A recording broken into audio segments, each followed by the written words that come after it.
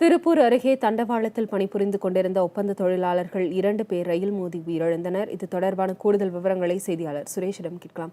சுரேஷ், இந்த விபத்து எப்படி நேரிட்டது? திவ்யா, திருப்பூர் ஊத்துக்குளி சாலை ஒத்தக்கன் பாலம் என்று சொல்லக்கூடிய ரயில்வே கேட் அருகில் தான் இந்த விபத்து நடைபெற்றிருக்கு. இன்று மதியம் ஒரு 2:50 மணி அளவில் இங்கு கடந்த 15 நாட்களாக வேலை பார்த்து கொண்டிருக்கின்ற தொழிலாளர்கள் 9 பேர் இருக்காங்க, மேஸ்திரி அவங்கள சேர்த்து. அவங்க சாப்பாடு முடிச்சுட்டு லஞ்ச் முடிச்சுட்டு மறுபடியும் வேலை செய்யறதுக்காக மொத்தம் 3 ட்ராக் இருக்கு. அதுல நடுவில் இருக்க ட்ராக்ல நடந்து வந்துட்டு இருந்திருக்காங்க. அந்த சமயம் பார்த்தா திருப்பூரை நோக்கி ஒரு கூட்ஸ் வண்டி ஒன்று வந்துட்டு இருந்துச்சு. அதனால அவங்க அடுத்த ட்ராக்குக்கு போயிருக்காங்க. இந்த நிலையில திருப்பூர்ல இருந்து சென்னை நோக்கி துரந்த எக்ஸ்பிரஸ் ஒன்று அதிவேகமாக வந்திருக்கு.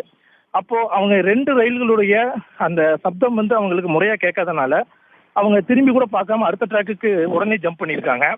அப்போ 3 பேர் மீதும் இந்த தொடர்ந்த எக்ஸ்பிரஸ் மிக அதிவேகமாக மோதியது.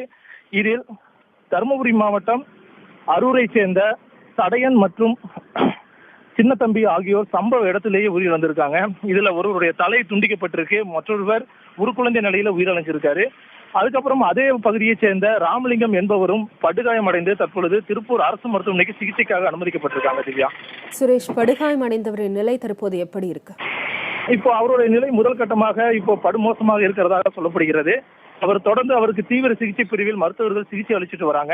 இப்போ அதற்கான பணிகள் இப்போ இங்க போயிட்டு இருக்கு. இருந்த போதிலும் இப்போ இந்த இருவர், அதாவது தண்டவாளத்தில் வேலை பார்த்து கொண்டிருந்த கூலி தொழிலாளர் 2 உயிரிழந்த சம்பவம் இந்த பகுதியில் மிக பெரிய ஒரு பதற்ற நிலையை ஏற்படுத்தி இருக்கு. சுற்றி இங்க மக்கள் கூட்டம் அதிகமா இருக்கு. இப்போ ஆம்புலன்ஸ் 108 ஆம்புலன்ஸ் மூலமாக இறந்த உடல்கள் மீட்கப்படும் பணிகள் நடைபெற்றுக் கொண்டிருக்கிறது. திவ்யா, அவர்கள் அந்த இருப்பு பாதையில எத்தகைய பணி அவர்கள் மேற்கொண்டு வந்தனர்? இப்படி பொதுவா தொழிலாளர்கள் வேலை செய்யும் போது அது குறித்த ஏதாவது பலகை அந்த இடத்தில் வைக்கப்பட்டிருக்குமா? அதாவது சிக்னல் ஏதாவது அவர்களுக்கு இருக்குமா ரயில் அந்த வழியாக வரும்போது? இல்ல, இங்க பணிகள் நடைபெற்றுக் கொண்டிருப்பது சிக்னல் தொடர்பாக தான் இங்க பணிகள் நடைபெற்றிருக்கிறது. இதற்காக இந்த 3 தண்டவாளருக்கு அருகில் இருக்கக்கூடிய ஒரு பகுதியில ஆழமாக துளியை தோண்டி அதில் கேபிள்கள் பதிக்கும் பணியில் ஈடுபடுறதுக்காக தான் இந்த தருமபுரி மாவட்டத்தை சேர்ந்த பணியாளர்கள் ஈடுபடுத்தப்பட்டிருக்காங்க. இந்த நிலையில அவங்க வழக்கம் போல இந்த மதிய நேரத்தில் எப்படி இயல்பா அவங்க செயல்படுவாங்களோ அதே போலதான் செயல்பட்டிருக்காங்க. இதுல இன்னைக்கு ஒரே நேரத்துல இருவேறு தண்டவாளங்களில் ரயில்கள் வந்ததால அவங்களால அதை முறையா கணிச்சு அவங்க தப்பிக்க முடியாம இந்த விபத்துல சிக்கினதா அந்த விபத்தை பார்த்தவங்க தரப்புல சொல்லப்படுகிறது. திவ்யா, தற்போது சம்பவம் நடைபெற்ற அந்த இடத்துல நீங்க இருக்கீங்க. அந்த இடத்த நிலை என்பது எப்படி இருக்கு சுரேஷ்?